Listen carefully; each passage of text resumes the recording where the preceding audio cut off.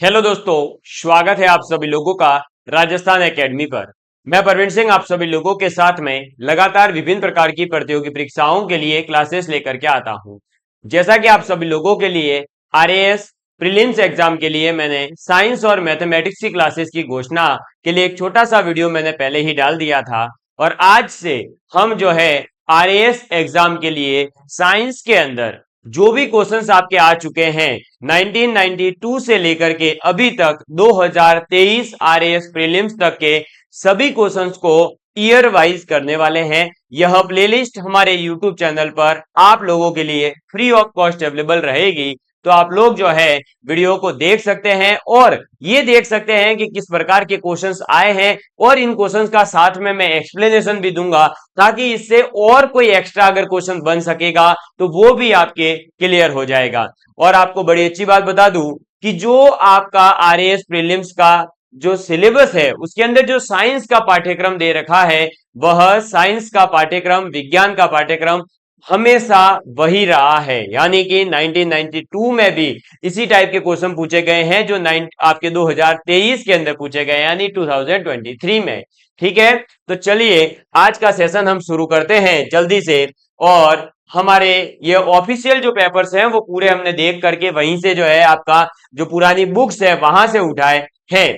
ठीक, तो आज का पेपर कौन सा है? आज का पेपर है 1992 का। क्लियर? चलो ये देखिए फर्स्ट क्वेश्चन आया हुआ था कि एक रंगीन टेलीविजन जो होता है यानी जो रंगीन टीवी है उसमें तीन आधारभूत रंगों के मिश्रण से रंग बनते हैं और ये है। तो ये क्वेश्चन ये है कि जो रंगीन टीवी है वो आपके कुछ आधारभूत कलर है, आधारभूत रंग है, उनसे मिल करके वो टीवी के अंदर अलग अलग कलर आते हैं। वो आधारभूत कलर कौन से हैं? तो बेसिकली पूरे इस धरती पर जितने भी कलर हैं वो सभी कलर आपके पास में ऐसे तीन कलर हैं जिनको अगर उचित मात्रा में सही अनुपात में मिलाया जाए तो सभी कलर को उन तीन कलरों से प्राप्त किया जा सकता है। तो बेसिकली वो तीन कलर जो है उन्हें हम प्राथमिक रंग कहते हैं। क्या कहते हैं? प्राथमिक रंग कहते हैं। ठीक है सर, प्राथमिक रंग तो कह देंगे। ये प्राथमिक रंग है कितने? तो देखो भैया प्राथमिक रंग है तीन। कौन कौन से? लाल, हरा और नीला। कौन कौन से हैं? तीन कलर है। एक है हमारा लाल, ठीक है, फिर एक है हमारा नीला यानी कि ब्लू कलर में, तो ये मैं ब्लू कलर से लिख रहा हूं, लाल, नीला। और एक हमारा कौन सा है? जल्दी बोलेंगे आप सभी, कमेंट भी करते रहे साथ के साथ। तो बिल्कुल सही, लाल, हरा और नीला। तो लाल आ गया, नीला आ गया, अब हरा। क्लियर? ये तीन कलर वो कलर हैं जो अगर आपस में एक निश्चित अनुपातों के अंदर अलग अलग अलग अलग मिलाए जाएं तो ये लाल, नीला और हरा, आपको हो सकता है थोड़ा सा कम दिखाई दे रहे हो लेकिन मैंने जिस कलर के हैं उसी पेन से लिखे हैं ताकि आपको अच्छे से और फीलिंग आ जावे, है ना। तो लाल, हरा और नीला ये तीन कलर होते हैं आपके प्राथमिक कलर, और ये तीनों कलर मिल करके इस धरती पर जितने भी कलर हैं उन सभी कलर को बना सकते हैं। तो आपको ध्यान रखना है प्राथमिक कलर कौन कौन से होते हैं। इसमें से ही आप लोगों को पता होगा कि लाल और नीले कलर के बीच में या लाल और हरे कलर के बीच में थोड़ा सा जो कम डिफरेंस कर पाते हैं या जिन्हें लाल नीला दिखता है, नीला लाल दिखने लग जाता है, उन्हें एक रोग होता है जिसे अपन कहते हैं कलर ब्लाइंडनेस या वर्णांधता। क्या कहते हैं? वर्णांधता। ठीक है, ये भी आप ध्यान रखें। और जिसे वर्णांधता होती है वो रेलवे के अंदर किसी भी फॉर्म को फिल नहीं कर सकते, या हम ये कह सकते हैं कि आपके पुलिस डिपार्टमेंट हो गया, उसके अंदर जो है ये आपकी आर्मी सर्विसेज हो गई, वहां पर कलर ब्लाइंडनेस वाले जो कैंडिडेट होते हैं उनको कम प्रीफर किया जाता है, या ये कह सकते हैं उन्हें मेडिकली अनफिट माना जाता है। क्लियर? तो ये जो है आपका पहला क्वेश्चन था, आप लोग इसे देख सकते हैं। क्लियर? चलो अब क्या होता है टेलीविजन के अंदर, ये तो कलर के बारे में समझ में आ गया। अब हम टेलीविजन में क्या होता है। बेसिकली मान लो ये रहा हमारे पास में एक टीवी, ये क्या है हमारे पास में? टीवी है। इसकी टीवी के अंदर अलग अलग अलग अलग सिग्नल आते हैं। अब वो जो सभी सिग्नल है वो अलग अलग कलर के आने चाहिए। हमें अलग अलग रंगीन में तो क्या होता है, सब चीजें अलग अलग दिखाई देती है, वो अलग अलग इसलिए दिखाई देती है क्योंकि ये सभी सिग्नल्स इस कलर में आकर के इसके अंदर मिक्स होते हैं, और मिक्स होकर के जिस जिस प्रकार का कलर चाहिए होता है वैसा वैसा कलर बनता है। इस वजह से रंगीन टीवी में हमें जो है सभी चीजें रंगीन दिखाई देती है। क्लियर? चलो नेक्स्ट क्वेश्चन देखिए क्या है। परम शून्य तापमान पर अर्धचालकों में विद्युत प्रतिरोध हो जाता है। सबसे पहले हमें यह समझना होगा कि यहां पर परम शून्य ताप का मतलब क्या है। एब्सोल्यूट जीरो टेम्परेचर, ठीक है, इसे इंग्लिश में क्या कहेंगे, एब्सोल्यूट जीरो टेम्परेचर। तो जो ये परम शून्य ताप होता है इसका मतलब क्या है, तो परम शून्य ताप का मतलब है बेसिकली आपका न्यूनतम तापमान। क्या? न्यूनतम तापमान, यानी कि 0 केल्विन, या इसी को आप कहेंगे 273 डिग्री सेंटीग्रेड। तो ये जो 0 केल्विन या माइनस का 273 डिग्री सेल्सियस, ये हालांकि 273.15 होता है एग्जैक्ट तो, लेकिन आपको इतना ही याद रखना है 273 डिग्री सेंटीग्रेड जो तापमान होता है इसे कहते हैं हम परम शून्य तापमान। ठीक है, और यह जो है न्यूनतम तापमान है, ये क्या है, न्यूनतम तापमान। हालांकि इतना तापमान प्राप्त करना या फिजिकली अभी जो है आपको इतना तापमान कहीं पर भी आप प्राप्त नहीं कर सकते हैं, ये भी ध्यान रखें। अब क्या होता है, अब हम बात करते हैं अर्धचालक शब्द की। ठीक है, ये तो हम समझ गए, अब हम अर्धचालक शब्द को समझते हैं।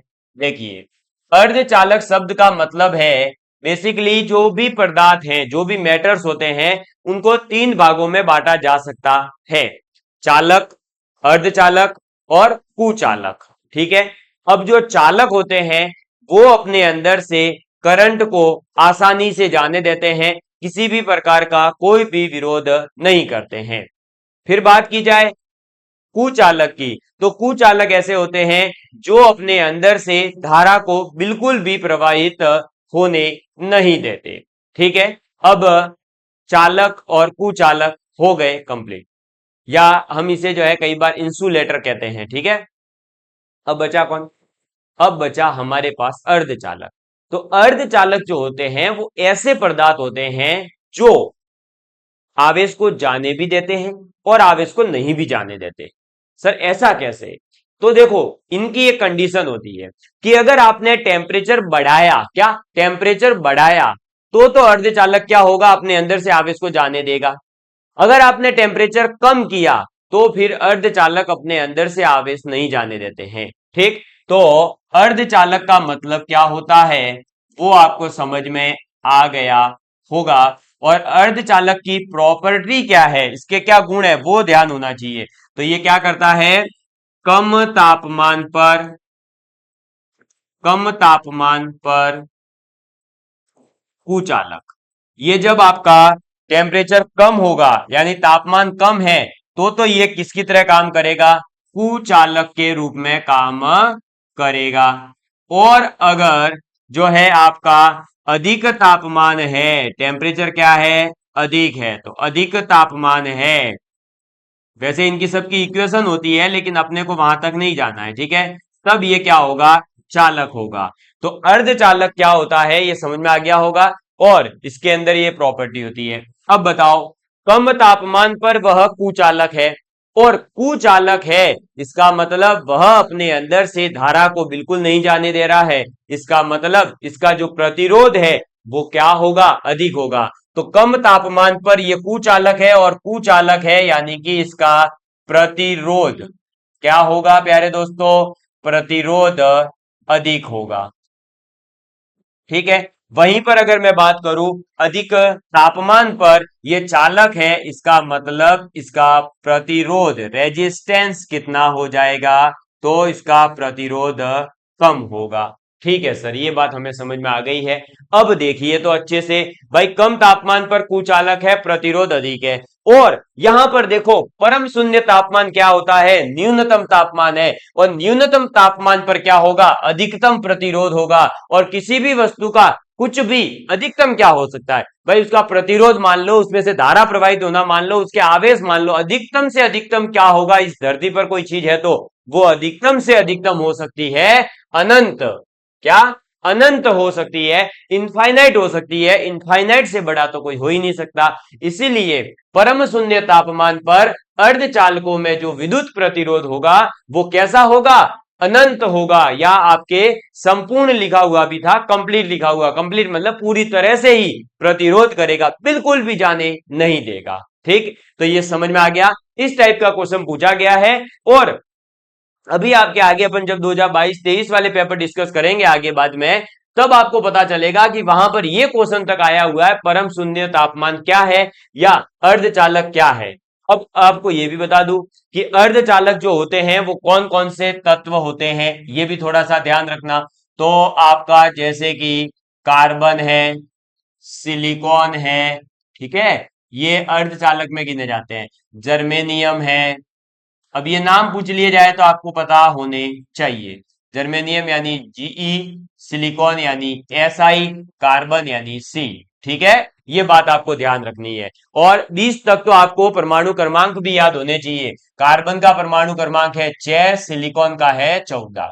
ठीक, ये ध्यान रखना। तो इतनी सारी जो अलग अलग जानकारियां हैं वो आपको क्लियर हो गई होगी अर्धचालक के बारे में। ये क्वेश्चन इवन जो है आपके फर्स्ट ग्रेड, सेकंड ग्रेड, वहां पर भी साइंस के अंदर भी पूछा गया है कि अर्धचालक की गुण धर्म क्या होता है। कम तापमान पर कुचालक होता है, अधिक तापमान पर चालक होता है, या इनमें से कोई नहीं, या दोनों सही है। तो आपको ध्यान रखना है, कम तापमान पर कुचालक होगा, सही बात है, अधिक पर चालक होगा, ये भी सही बात है। क्यों? चालक होने का मतलब प्रतिरोध कम और कुचालक होने का मतलब अधिक। ठीक, चलो आगे बढ़े, तो ये बात आपको ध्यान रखनी है। नेक्स्ट क्वेश्चन देखिए, नाभिकीय ऊर्जा की दृष्टि से महत्वपूर्ण निम्न धातुओं में से भारत में कौन सी धातु बहुतायत से पाई जाती है? नाभिकीय ऊर्जा यानी न्यूक्लियर एनर्जी के पॉइंट ऑफ व्यू से, है ना, उसकी दृष्टि से देखें तो कौन सी धातु जो है भारत के अंदर बहुतायत में पाई जाती है? सबसे पहले आपको बता दूं कि नाभिकीय ऊर्जा मतलब कि आपका जो परमाणु है, जो तत्व है, उनके नाभिक से उत्पन्न होने वाली ऊर्जा की बात यहां हो रही है। सिंपल इतना याद रखो, ठीक है, उनके नाभिकों के टूटने से बेसिकली। तो नाभिकीय ऊर्जा क्लियर हो गया, ठीक है सर। अब देखो भाई, नाभिकीय ऊर्जा के लिए यूरेनियम भी है, थोरियम भी है, ठीक है, ऐसे बहुत सारे अलग अलग है, रुबिडियम वगैरह भी है। लेकिन हमारे भारत के अंदर जो बहुतायत में पाया जाता है वो है थोरियम। कौन सा है? थोरियम। हालांकि अभी अभी रिसेंट की जो कुछ खबरें हैं, मतलब रिसेंट में कुछ जो आपके खोजें हुई हैं, 2020 में हुई, फिर 22-23 में भी न्यूज में चले थे, है ना, यूरेनियम के भंडार मिल रहे हैं, राजस्थान में भी मिले, झारखंड में भी मिले। लेकिन आपको बता दूं कि थोरियम जो है, ये क्वेश्चन कब का है? 1992 का। आज के रेस्पेक्ट में अगर क्वेश्चन पूछा जाएगा तो आपका यूरेनियम भी आप आंसर कर सकते हैं, लेकिन उस जमाने में ये बहुत कम था, 1992 की बात है, उस समय केवल थोरियम इसका आंसर सही माना जा रहा था। ठीक है, और थोरियम जो है पूरे भारत में सबसे ज्यादा कहां मिलता है? तो मैं आपको बता दूं, केरल के अंदर। कहां पर?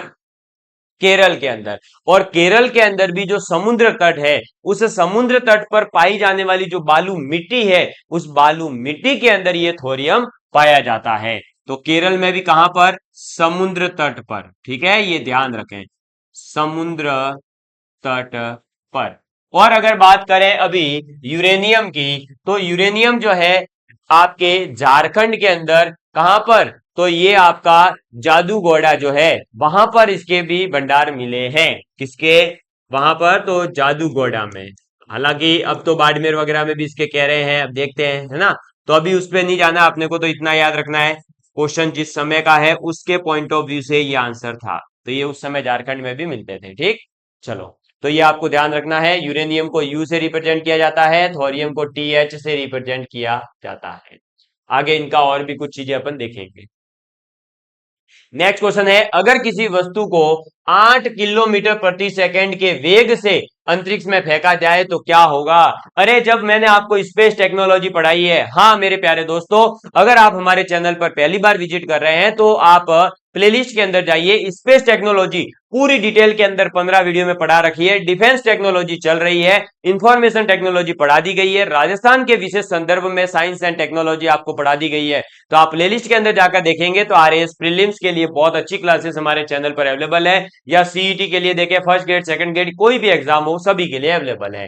अब हम बात करते हैं इसकी। तो सबसे पहले यहां पर क्वेश्चन क्या है कि हमने किसी वस्तु को 8 किलोमीटर प्रति सेकंड से फेंका है, बताइए उसका क्या होगा। क्या होगा, ऑप्शन देखो, वह वस्तु जो अंतरिक्ष में चली जाएगी, अच्छा वह वापस पृथ्वी पर आ जाएगी, पृथ्वी के चारों ओर कक्षा में परिक्रमा करने लगेगी और वह फट जाएगी। सबसे पहले बता दूं, कोई भी वस्तु हो, कैसी भी वस्तु हो, उसको ऊपर फेंकने से फटेगी तो नहीं, ठीक, कट। अब देखो बचे तीन ऑप्शन, अंतरिक्ष में चली जाएगी या फिर चारों ओर कक्षाओं में परिक्रमा लगाएगी। अब देखो, अगर किसी वस्तु को ऐसे ही फेंक देने से ही वो 4 किलो मतलब पृथ्वी के चारों ओर अगर परिक्रमा लगाने लग जाती कोई वस्तु, तो हम जो है इतने महंगे महंगे सैटेलाइट्स क्यों लॉन्च कर रहे होते, 700 800 करोड़ रुपए खर्च करके हम क्यों सैटेलाइट को भेज रहे होते। तो इसलिए वो परिक्रमा तो नहीं कर सकती, ये ऑप्शन भी कट हो जाता है। अब बचे दो ऑप्शन, आपको बता दूं कि अगर किसी भी वस्तु को आपको अंतरिक्ष में भेजना है, यानी इस पृथ्वी के वायुमंडल को क्रॉस करवाना है, उसे अंतरिक्ष की ओर भेजना है, तो उस वस्तु को हमें कम से कम 11.2 किलोमीटर प्रति सेकंड के वेग से भेजना होता है। इसी वेग को कहा जाता है प्लायन वेग। क्या कहा जाता है, प्लायन वेग कहा जाता है, स्केप वेलोसिटी। तो ये भी ध्यान रखें कि स्केप वेलोसिटी या प्लायन वेग का मान कितना है, 11.2 किलोमीटर प्रति सेकंड। ये क्वेश्चन भी पूछा गया है। तो अगर हमें किसी वस्तु को अंतरिक्ष में भेजना है तो हमें वेग कितना चाहिए होता है, 11.2 किलोमीटर प्रति सेकंड। ये होता है प्लायन वेग। इससे कम अगर आपने रखा है तो वस्तु अंतरिक्ष में नहीं जाएगी, यानी वापस से पृथ्वी पर आ जाएगी। तो ऑप्शन नंबर बी, क्यों, क्योंकि यहां पर 8 किलोमीटर प्रति सेकंड से फेंका है, जो कि 11.2 किलोमीटर प्रति सेकंड से कम है। समझ में आ गई बात, क्लियर है आप लोगों को। चलिए इसको एक बार नोट डाउन कर लीजिए, फिर अपन आगे बढ़ते हैं, ठीक है। और आपको ये तो पता ही होगा कि ये भाई पृथ्वी पर नीचे की तरफ क्यों आ रही है, क्योंकि आपको पता है कि हमारे पास में एक और बल है, कौन, गुरुत्वाकर्षण बल, ग्रेविटेशनल फोर्स।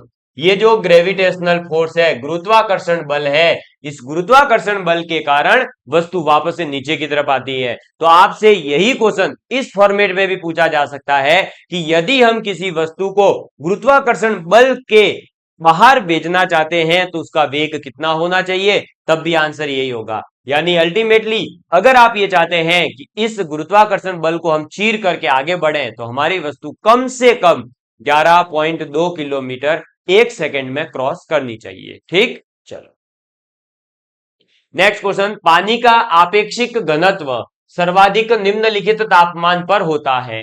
आपेक्षिक घनत्व मतलब रिलेटिव वेलोसिटी की रिलेटिव डेंसिटी की बात कर रहा है। और आपको बता दूं, पानी का जो अधिकतम वेग आपका घनत्व होता है वो 4 डिग्री सेंटीग्रेड पर होता है, ठीक है। ऐसा क्यों होता है, सबसे पहले तो मैं आपको बता दूं कि ये जो पानी है ये 0 से 4 डिग्री आता है, फिर 100 डिग्री जाता है। सर इसका क्या मतलब, 0 डिग्री पर ये जमता है और बर्फ बन जाता है, ठीक है। 100 डिग्री पर ये उबलता है, क्लियर।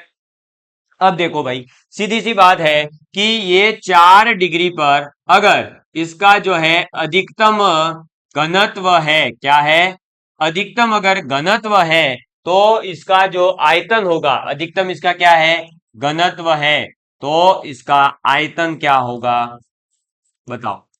चलो आयतन नहीं पता, देखो क्या होता है, आयतन क्या होता है, basically mass per unit volume, यानी कि द्रव्यमान, क्या होता है, आयतन होता है द्रव्यमान, सॉरी घनत्व।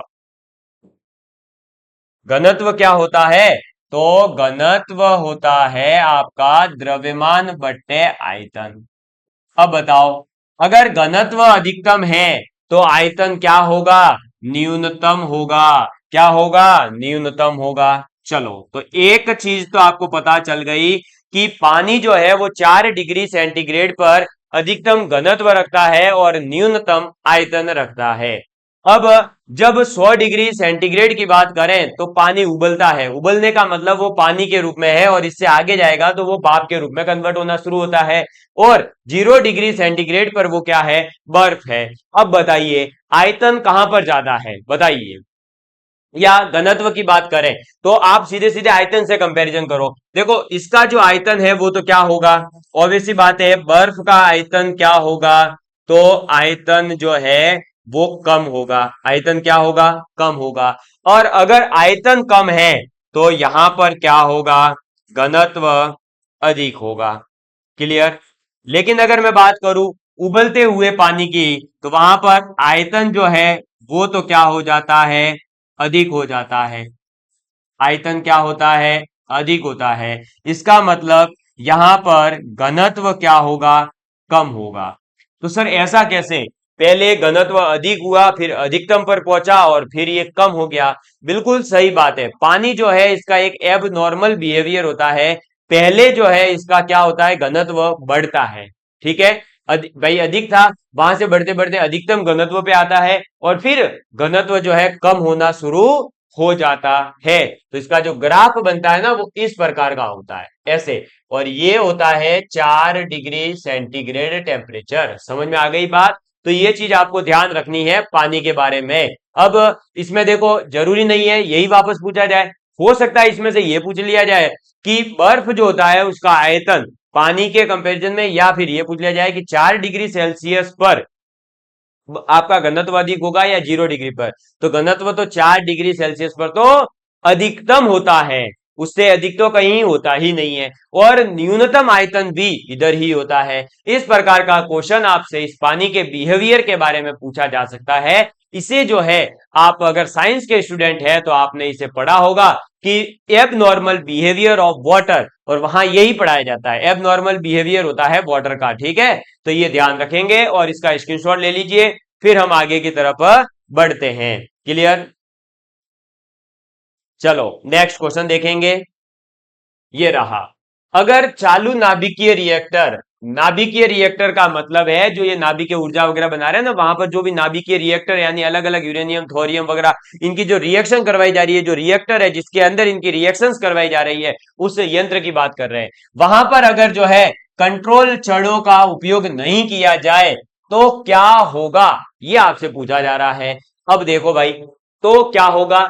रिएक्टर कार्य करना बंद कर देंगे क्या? चयन प्रक्रिया सीमा से बाहर चली जाएगी क्या? रिएक्टर में कार्य धीमा हो जाएगा क्या? या रिएक्टर यथावत कार्य करता रहेगा? ये चीज आपके जो है आरएएस मेंस का जो सिलेबस है उसके अंदर भी देखने को मिलेगी। इस नाभिकीय वाले टॉपिक से आपके एग्जाम में क्वेश्चन हर बार आए हैं। अब यहां पर समझ लीजिए, सबसे पहले जो कंट्रोल चढ़ है उसका जैसा नाम वैसा इसका काम। कंट्रोल मतलब किसी चीज को नियंत्रित करना, और चढ़ मतलब टेक टेक के। जैसे पहले मार साहब हुआ करते थे, आजकल तो ऑनलाइन एजुकेशन हो गई है। आजकल तो जो है मना कर दिया गया है कि छोटे बच्चों को पीटना नहीं है, वरना पहले क्या होता था? ले डंडा और दे दुआ दू, दे दुआ दू है, कुत्तों की तरह मारा करते थे। विद्यार्थी का एक पोटेंशियल हुआ करता था, वो डरता नहीं था और उसका एक जज्बा हुआ करता था। पहले सुसाइड वगैरह बहुत कम होती थी। आज विद्यार्थी को जो है 8वीं तक तो यूं ही पास कर दिया जाता है, मारने पीटने पर बिल्कुल मना है। फिर वो थोड़ा सा भी टेंशन में आया और उसे अलग रास्ता दिखता है। बड़ा दुख होता है जब नीट के अंदर AIR 1 मतलब भारत का ऐसा स्टूडेंट जो अगर नीट के स्कोर के बेस पर देखें तो नंबर 1 डॉक्टर बनने वाला था। AIR 1 मतलब पूरे भारत का सबसे होशियार बच्चा है, और वो भी टेंशन में आकर मेंटल हेल्थ की वजह से सुसाइड कर रहा है। एक सीए 26 साल 27 साल की, उसने सुसाइड कर दिया। क्यों? आखिर ये इसीलिए हो रहा है क्योंकि कहीं ना कहीं एजुकेशन सिस्टम में जो पहले एक दबाव हुआ करता था, पहले जो एक खींचतान हुआ करती थी, कंट्रोल हुआ करता था, वो कंट्रोल अब खत्म हो गया। और जैसे ही फिर बाद में एकदम से कंपनियां उनके ऊपर कंट्रोल करने लगती है, और या फिर जो है पेशेंट्स हॉस्पिटल्स वगैरह उनके ऊपर जैसे कंट्रोल करने जाते हैं, और ये सब चीजें हो रही है। तो आप विद्यार्थियों से मेरा निवेदन है कि बिल्कुल भी डरे नहीं। अरे जीवन है तो सब कुछ है। कहते हैं ना कि अपन भले तो जग भला, यानी अपन है तो ही तो जग है। अरे अपन ही नहीं रहे तो फिर क्या फायदा उस सक्सेस का, क्या फायदा उस अनसक्सेसफुल होने का? है कोई फायदा नहीं है। सक्सेसफुल हो गए और आप बाद में सुसाइड कर रहे हो। AIR 1 आ गई, उसके बाद भी कोई न कोई वजह रही होगी। मैं ये नहीं कह रहा हूं कि वो नहीं करना चाहिए था, वो करना चाहिए था। देखो कुछ भी हो जाए जीवन में, आप कोशिश करिए कि इतने स्ट्रांग बन जाइए कि हाँ कोई नहीं, चलेगा, जो हुआ होने दो, डरो मत, टेंशन मत लो। अरे जीवन, अगर जिंदा हो तो भीख मांग कर भी अपनी जिंदगी चला सकते हो, और मर गए तो क्या करोगे? क्यों अपने बूढ़े माँ बाप को परेशान करना चाहते हो? मैं हर विद्यार्थी से यही रिक्वेस्ट करता हूं कि यार सक्सेस कोई बड़ी चीज नहीं है। आप 4 साल 5 साल मेहनत करो, सक्सेस मिल जाती है। नहीं मिल रही है तो कोई फर्क नहीं पड़ता है, कुछ और काम कर लो। जरूरी थोड़ी है कि वही बनकर वही करके, अरे उस पोस्ट पर पहुंचने के बाद भी लोगों ने सुसाइड किया है, ये भी तो याद रखा करो। तो इसलिए अपनी जो है जीवन से बढ़कर कुछ भी नहीं होना चाहिए। तो आप अब कंट्रोल चढ़ पर वापस आ जाइए। अब कंट्रोल चढ़ जो है वो क्या करती है, वो बेसिकली जो नाभिकीय रिएक्टर होते हैं, वहां जो अभिक्रिया चल रही होती है, उस अभिक्रिया को रोकने का काम करता है। अगर उस अभिक्रिया को नहीं रोका गया, मान लीजिए जो यूरेनियम और थोरियम की अभिक्रिया हो रही है और वो रिएक्शन चलती गई तो वो इतने बड़े लेवल पर हो जाएगी कि इस पूरी पृथ्वी को भी नष्ट कर सकती है। जो ये परमाणु बम के बारे में कहा जाता है ना, वो परमाणु बम इतना खतरनाक क्यों है, क्यों जो है हर कोई डरता है उससे, क्यों? क्योंकि वो ऐसा है कि उसका प्रभाव बहुत दूर दूर तक दिखाई देगा। जैसे भोपाल गैस त्रासदी था, उसका इफेक्ट देखिए आप, कितने सालों तक चला था है। तो इस वजह से हिरोशिमा नागासाकी में जो बम फोड़े गए थे, कितना इफेक्ट है, आज भी वहां पर पॉपुलेशन परेशान है उस चीज से। तो इस वजह से जो ये नाभिकीय रिएक्टर होते हैं, वहां कंट्रोल छड़ होती है, जो क्या करती है, वो आपके चयन प्रक्रिया को रोकने का काम करेगी। अगर कंट्रोल छड़ नहीं होगी तो चयन प्रक्रिया सीमा से बाहर चली जाएगी और उसका एब नॉर्मल एकदम इतनी खतरनाक हो जाएगी कि आप मान भी नहीं सकते, इतनी खतरनाक वो उस पूरी पृथ्वी को नष्ट करने की कैपेसिटी होती है। ठीक है। अब देखो कंट्रोल चार्ट जो होती है, सर ये किसकी बनी होती है फिर? ये कैडमियम की बनी होती है बेसिकली, है ना। तो ये ध्यान रखें, ये पूछा जा सकता है और ये आरएएस मेंस में भी आपके टॉपिक है, तो ये आपके काम आएगा। तो कैडमियम जो है सीडी, जिससे रिप्रेजेंट किया जाता है, ये इसका बनाया जाता है और इससे जो है फिर इस अभिक्रिया को रोका जाता है। ठीक, इसमें भारी जल का भी कई बार उपयोग किया जाता है, ठीक है ना। फिर देखो रमन प्रभाव का प्रकाश की उन किरणों से संबंध है जो आर पार जाती है। तो रमन प्रभाव जो है, जिसके लिए डॉक्टर सीवी रमन जो थे, उन्हें भारत के पहले ऐसे भारतीय वैज्ञानिक थे जिन्हें नोबेल पुरस्कार दिया गया था, वो भी फिजिक्स के अंदर। और इन्होंने जो रमन प्रभाव बताया था, वो किरणें केवल और केवल कौन सी है, जो केवल और केवल प्रिज्म से होकर पास हो जाएगी, उन किरणों के लिए था। इनका जो प्रभाव है, जो इनका, इनको जो भौतिकी में नोबेल पुरस्कार दिया गया था, वो 1930 में दिया गया था, 1930 के अंदर। और इन्होंने ये बताया था बेसिकली, एक सेकेंड आप इस क्वेश्चन को देख लीजिए एक बार।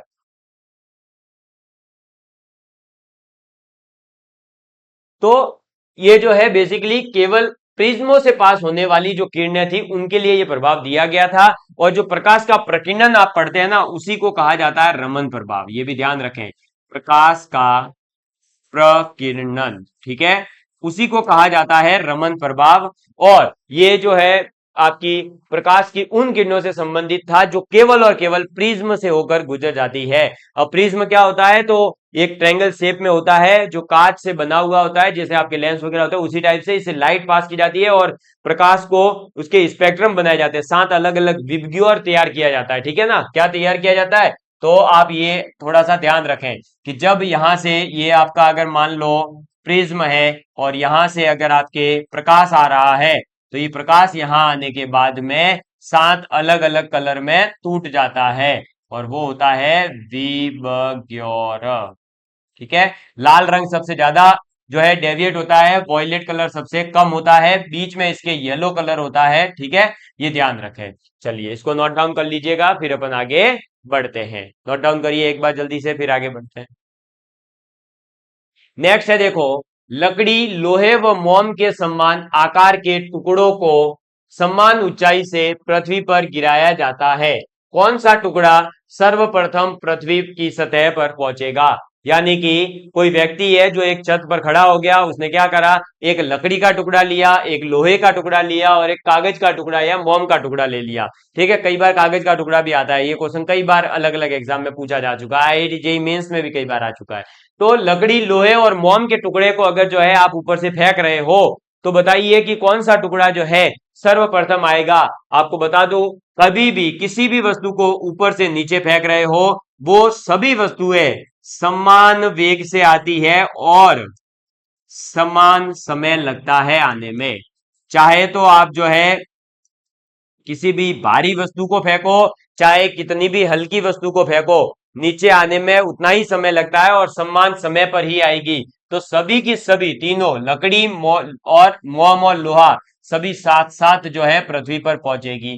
क्यों? क्योंकि बेसिकली जब आपकी वो वस्तु ऊपर से नीचे आ रही होती है, तो यहां पर न्यूटन के गति के नियम की तीन इक्वेशन है। v बराबर एक u प्लस ए टी होता है, एक होता है s बराबर U T plus half A T square, और एक होता है v स्क्वायर बराबर यू स्क्वायर प्लस 2as।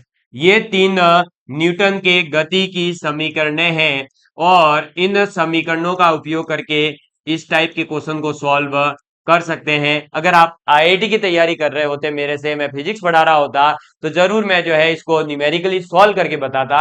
अभी आपको इतना ध्यान रखना है, कोई भी वस्तु ऊपर से नीचे फेंको सभी सेम स्पीड से नीचे गिरती है।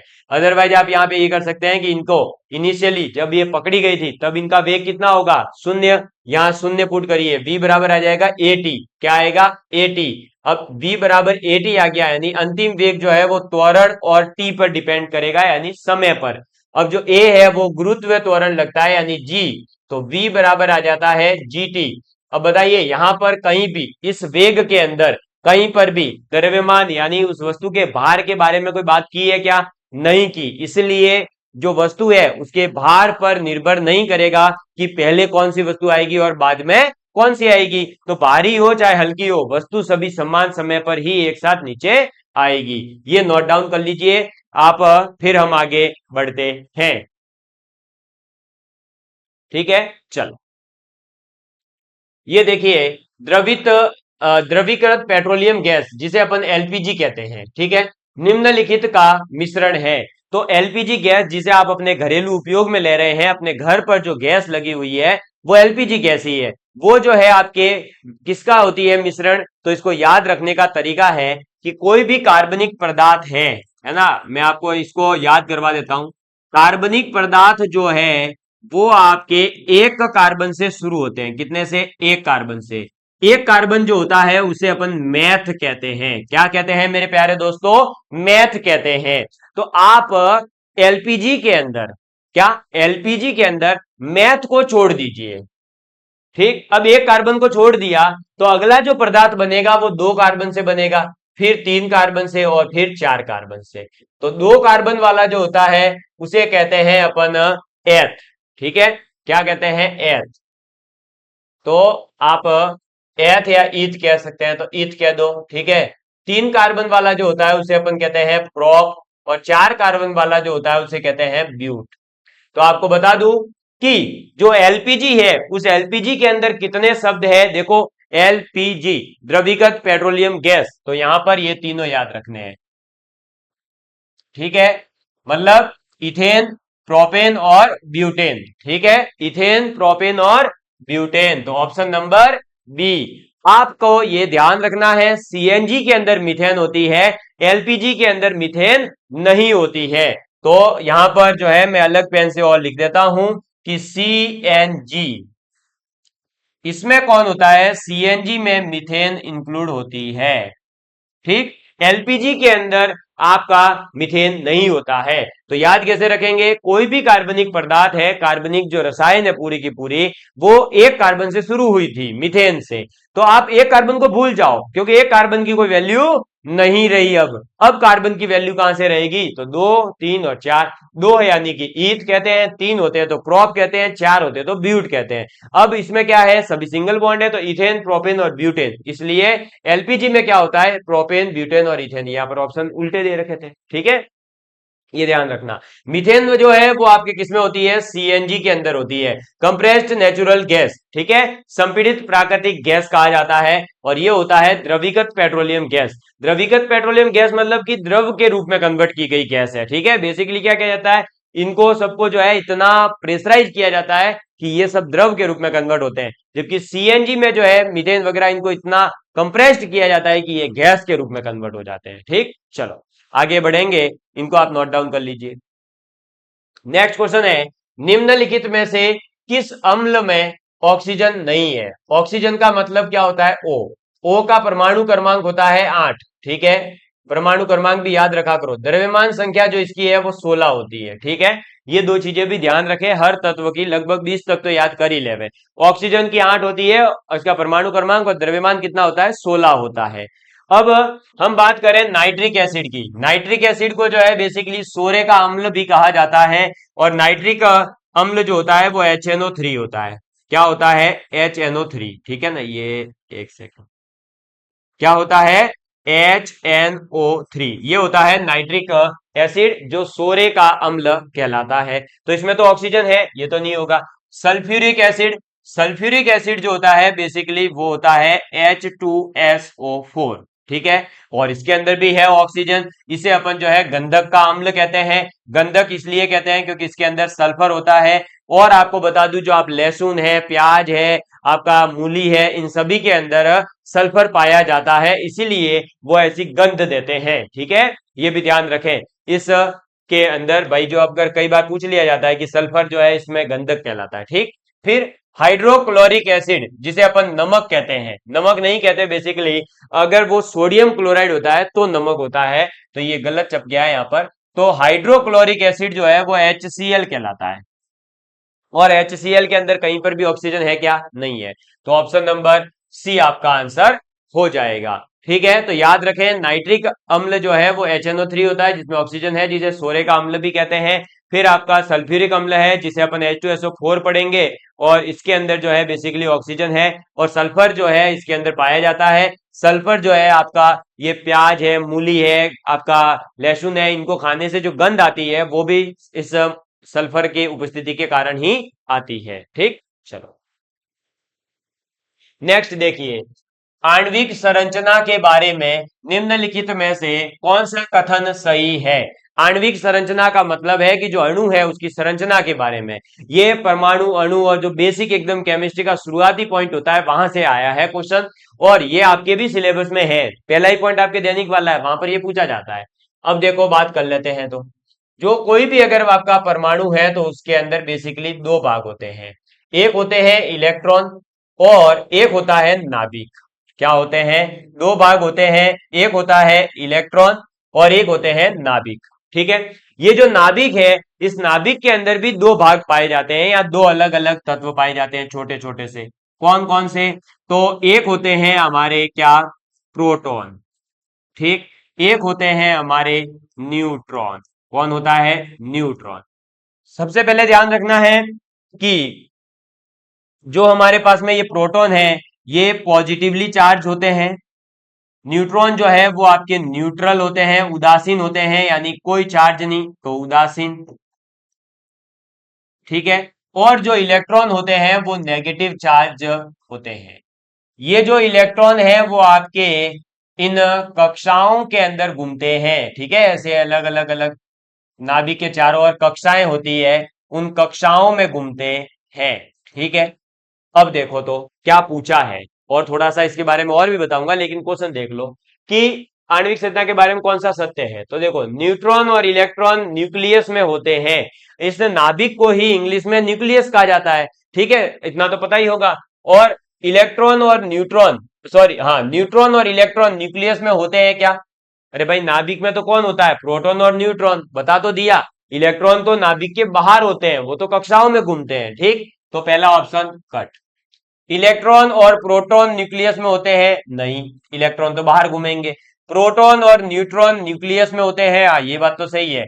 इलेक्ट्रॉन न्यूक्लियस के चारों ओर चक्कर लगाते हैं, हाँ बिल्कुल सही बात है। ऑप्शन नंबर 3 आपका एकदम सही है, क्योंकि कोई भी परमाणु जो है उसके अंदर तीन भाग है।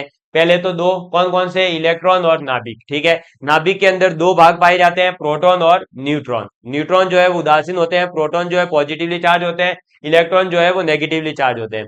इलेक्ट्रॉन के ऊपर जितना चार्ज होता है, कितना होता है इनके ऊपर चार्ज, इनके ऊपर चार्ज होता है माइनस का 1.6 इंटू 10⁻⁻29, ठीक है, सॉरी, 1.6 इंटू 10⁻⁻19 कूलम होता है। ये आपका किसके ऊपर है, इलेक्ट्रॉन के ऊपर। ये नेगेटिव चार्ज होता है, इतना का इतना प्रोटॉन के ऊपर होता है, लेकिन वो पॉजिटिव चार्ज होता है, कितना होता है, 1.6 इंटू 10⁻⁻19 कूलम। क्लियर, ये बात ध्यान रखें। और न्यूट्रॉन के ऊपर तो किसी भी प्रकार का कोई आवेश पाया ही नहीं जाता है, ठीक है। चलिए, ये ध्यान रखेंगे, ये डायग्राम आपके दिमाग में रहना चाहिए। फिर अपन आगे बढ़ते हैं। नेक्स्ट है आपके पास में, हरे पौधों में प्रकाश संश्लेषण की क्रिया में होता है। अरे भाई, प्रकाश संश्लेषण की अगर क्रिया हो रही है तो ऑब्वियस सी बात है, क्या होगा, अरे क्या होगा, कार्बन डाइऑक्साइड को ग्रहण किया जाएगा और ऑक्सीजन को छोड़ा जाएगा। तो देखो, नाइट्रोजन लेना, ऑक्सीजन, अरे नाइट्रोजन का कोई लेना देना ही नहीं, कार्बन डाइऑक्साइड लेना, हाँ सही है, ऑक्सीजन छोड़ना, ऑप्शन नंबर बी सही था, ठीक है। इसमें ज्यादा एक्सप्लेनेशन की जरूरत नहीं है, प्रकाश संश्लेषण अभिक्रिया आप सभी जानते हैं। नेक्स्ट आ गया, हीमोग्लोबिन क्या है। हीमोग्लोबिन जो है वो बेसिकली रक्त के अंदर पाया जाने वाला एक प्रकार का पदार्थ है, जो आपका आयरन भी पाया जाता है। हीमोग्लोबिन में एक तत्व पाया जाता है जिसे अपन आयरन कहते हैं, Fe लोहा, ये ध्यान रखें एक तो, ठीक। अब देखो, पौधों की पत्तियों में पाया जाने वाला पदार्थ है क्या, हीमोग्लोबिन पौधों की पत्तियों में पाया जाता है क्या, नहीं, ठीक है। बोन मेरो में पाया जाने वाला, नहीं। मानव रक्त में पाए जाने वाला पदार्थ, हाँ बिल्कुल सही है, मानव रक्त में ही ये पाया जाता है। इसी के साथ में ये भी ध्यान रखें कि मानव रक्त के अंदर जो ये पाया जाने वाला पदार्थ है हीमोग्लोबिन, वो बेसिकली लोहा और साथ ही साथ आपके प्रोटीन, क्या, लोहा और प्रोटीन जो होता है उनसे बना हुआ एक यौगिक है। किससे किससे, लोहे और प्रोटीन से बना हुआ एक यौगिक है। क्लियर, ये बात आपको ध्यान रखनी है। और इस हीमोग्लोबिन के कारण ही जो आपका रक्त है वो कैसा होता है, लाल रंग का होता है। और अगर हीमोग्लोबिन की शरीर के अंदर कमी है तो कौन सा रोग होगा, एनीमिया रोग होगा। सभी रोग मैंने पढ़ा रखे हैं, जाकर देख लेना। तो एनीमिया रोग कब होता है, जब आपके हीमोग्लोबिन HB की क्या होती है, कमी होती है, ठीक, ये ध्यान रखें।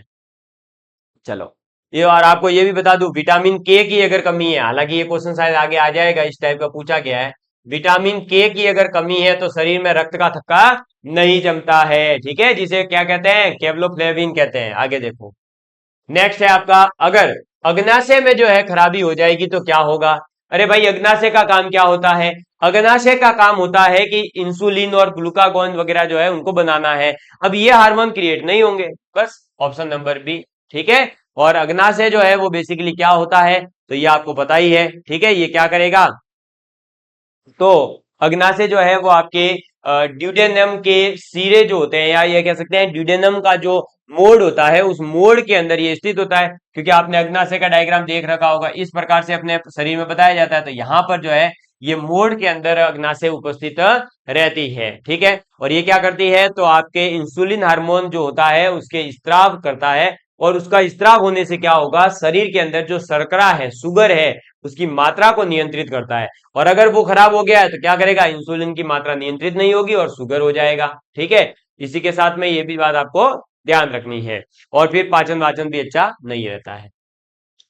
नेक्स्ट है, ये लो, विटामिन की कमी से खून का थक्का धीरे बनने की बीमारी है, वो विटामिन के है। कौन सा है, विटामिन के है। और इसे फिलोक्यूनोन कहा जाता है। क्या कहा जाता है, इसका रासायनिक नाम क्या है, फिलोक्यूनोन,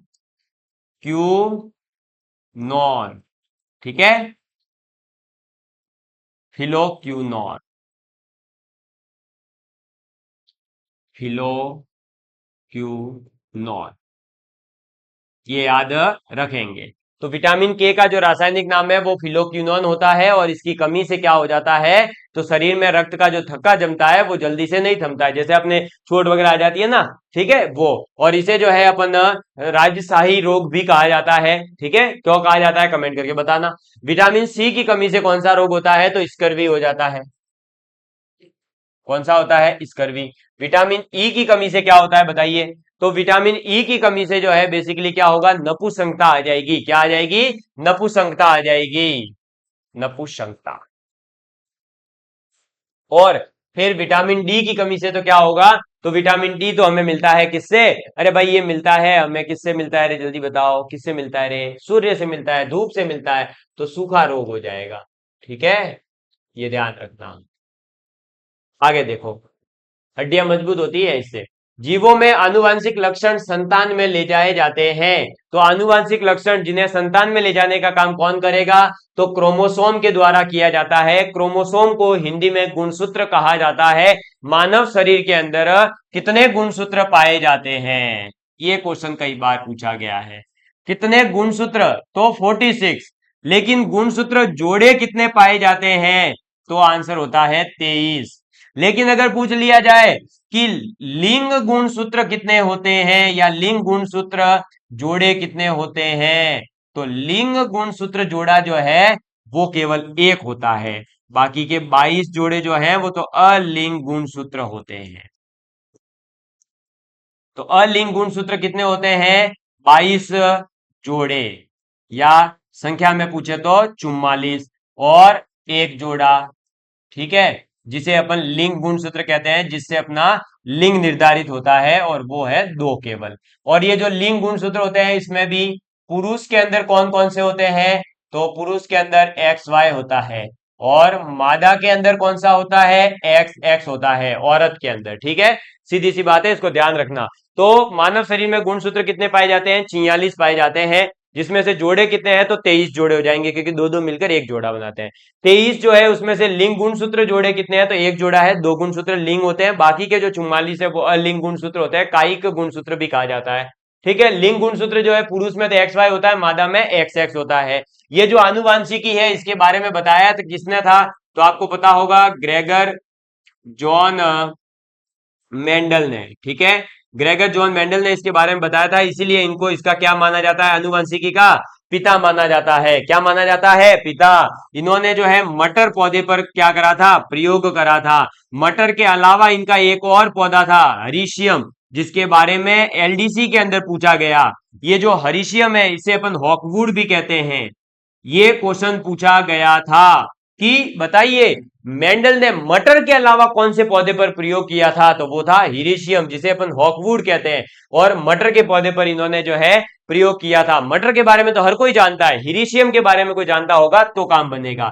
मटर जो है 7 लक्षण लिए थे, पौधे के कितने लक्षण लिए थे, 7 लक्षणों पर जो है इन्होंने पूरी की पूरी स्टेटिक्स बनाई थी। एकल संकरण करवाया, द्वितीय संकरण करवाया, क्रॉस संकरण करवाए थे, वो सब आपको आनुवांशिकी के अंदर हमने पीछे पढ़ा रखा है, आप वीडियो देख लेना प्लेलिस्ट के अंदर। तो ये चीजें आपको ध्यान रखनी है। क्लियर, समझ में आ गई बात, चलिए नोट डाउन कर लीजिए, ये सब चीजें काम की है आपके, बहुत काम आएगी। ठीक है, चलो नेक्स्ट देखिए, निम्न अंगों में से पित्त का जो संचय है वो कहां पर होता है। अरे भाई पित्त का जो संचय है वो कहां पर होगा, तो पित्त का संचय तो होता है पित्ताशय में। अच्छा सर, क्या ये इसका स्त्राव नहीं करता, नहीं भाई, पित्त का स्त्राव कौन करता है, तो वो करता है यकृत, लीवर। ये ध्यान रखें, पित्त का जो स्त्राव है वो यकृत के द्वारा किया जाता है, और इसका जो संचय है वो पित्ताशय के द्वारा किया जाता है। और पित्ताशय जो है एक थैली नुमा आकृति होती है। क्या होती है, थैली होती है। अरे कौन सी सर थैली, वो थैली, अरे नहीं भाई आपकी वाली थैली नहीं। ठीक है, हाँ ऐसे नहीं कि थैली से कनेक्ट कर दो, अरे सर थैली नहीं तो फिर थाला, अरे नहीं थाला भी नहीं, थाला भी नहीं, ये तो अपना सीधा सीधा पित्ताशय है। ठीक है, जो थैली के आकार का होता है। अरे मजा आ गया, तो फिर लाइक भी कर देना, शेयर भी कर देना, और अगला वीडियो अगले पेपर के साथ मिलेगा। ठीक है, और वो भी शानदार सा डिस्कशन रहेगा। ये देखो ऑपरेशन फ्लड, अरे भैया ऑपरेशन फ्लड कौन थे, वर्गीज कुरियन। अरे वर्गीज कुरियन सबको याद है, हाँ तो ये ध्यान रखना, ऑपरेशन फ्लड का संबंध जो है वो किससे है, डॉक्टर वर्गीज कुरियन जो थे उनका इससे संबंध है। किसका, डॉक्टर वर्गीज कुरियन। ये मैं सही लिख देता हूं उनका नाम, ये बहुत महान शख्सियत थी, वर्गीज कुरियन। ठीक है, डॉक्टर वर्गीज कुरियन। ये ध्यान रखना। अब इस ऑपरेशन फ्लड का संबंध किससे था? फ्लड मतलब कि सर बाढ़ आ जाना, और ऑपरेशन बाढ़ आ गई तो ऑपरेशन बाढ़ हो गया? नहीं नहीं नहीं नहीं नहीं नहीं, इन्होंने क्या करा था? दूध की बाढ़ ला दी थी। दुग्ध उत्पादन से जो है इसका संबंध था। किससे संबंध था मेरे प्यारे दोस्तों? दुग्ध उत्पादन से संबंध था ऑपरेशन फ्लड का। और इस ऑपरेशन फ्लड का संबंध किससे है? तो डॉक्टर वर्गीस कुरियन से इनका संबंध है। ये बात आपको ध्यान रखनी है। और ये जो है 1970 के अंदर, ठीक है, ये कब? 1970 के अंदर, 1970 में, ठीक है, 10 राज्यों के अंदर इसे शुरू किया गया था। ये इसलिए किया गया था कि जो दूध है उसके ऊपर अपन किसी और पे डिपेंड नहीं रहे, और दूध में जो है अपन अपने खुद आत्मनिर्भर बन जावे। यानी उसी समय पर ये आत्मनिर्भरता के बारे में तो बात कर दी थी, लेकिन अपन ने उस समय पर छोटे स्तर पे करी थी। ठीक, चलो याद रखेंगे। इसके अलावा जो 4 बड़े महानगर थे, दिल्ली, मुंबई, चेन्नई और आपका कलकत्ता, वहां पर जो है यहाँ आपका 1970 में दुग्धशालाएं स्थापित हुई थी। तो याद रखना, 4 महानगर थे, कौन कौन से? तो देखो, कलकत्ता, चेन्नई, मुंबई और दिल्ली। ये 4 ऐसे शहर हैं, महानगर थे। कौन कौन से? तो दिल्ली, मुंबई, चेन्नई, कलकत्ता, जहां पर दुग्धशालाओं को स्थापित करने की भी घोषणा थी। ये ध्यान रखना ऑपरेशन फ्लड के बारे में। हालांकि अब ये बहुत पुराने हो गए, इसलिए ऑपरेशन फ्लड वगैरह से क्वेश्चन कम आ रहे हैं। अब ये देखो क्या पूछा गया है। तो गंगा नदी के प्रदूषित क्षेत्रों को साफ करने के लिए और इसके जल की गुणवत्ता की विश्लेषण करने के लिए केंद्रीय गंगा अथॉरिटी सीजीए बनाया गया था। बिल्कुल सही बात है। और जल गुणवत्ता का विश्लेषण करने के लिए जिन नगरों में 2 मुख्य केंद्र है, वो कौन कौन से हैं? तो 2 मुख्य केंद्र है आपके, कौन कौन से? ऋषिकेश और वाराणसी। कौन से हैं? ऋषिकेश और वाराणसी जो है, वहां पर इनको स्थापित किया गया है। आपको बता दूं, ये जो केंद्रीय गंगा अथॉरिटी बनाई गई थी, इसका उद्देश्य यही था, गंगा को साफ किया जाएगा। तो हो सकता है पूछ लिया जाए, गंगा की प्रदूषित क्षेत्रों से संबंधित कौन सी अथॉरिटी है? तो केंद्रीय गंगा अथॉरिटी है। इसके 2 मुख्य केंद्र कहां पर है? तो ऋषिकेश और वाराणसी के अंदर है। इसके साथ में आपको बता दूं कि यहाँ पर जो है हमने क्या करा है, फिर अलग अलग जो भी इसका जल है उसका तुलनात्मक विश्लेषण वगैरह करा, और सफाई पे और इस पे फोकस किया जा रहा है। ये अभी भी काम कर ही रहा है। ठीक है, आगे देखो। भारत सरकार ने देश में कुछ जैव मंडल संरक्षित क्षेत्र बनाए थे। बिल्कुल सही है।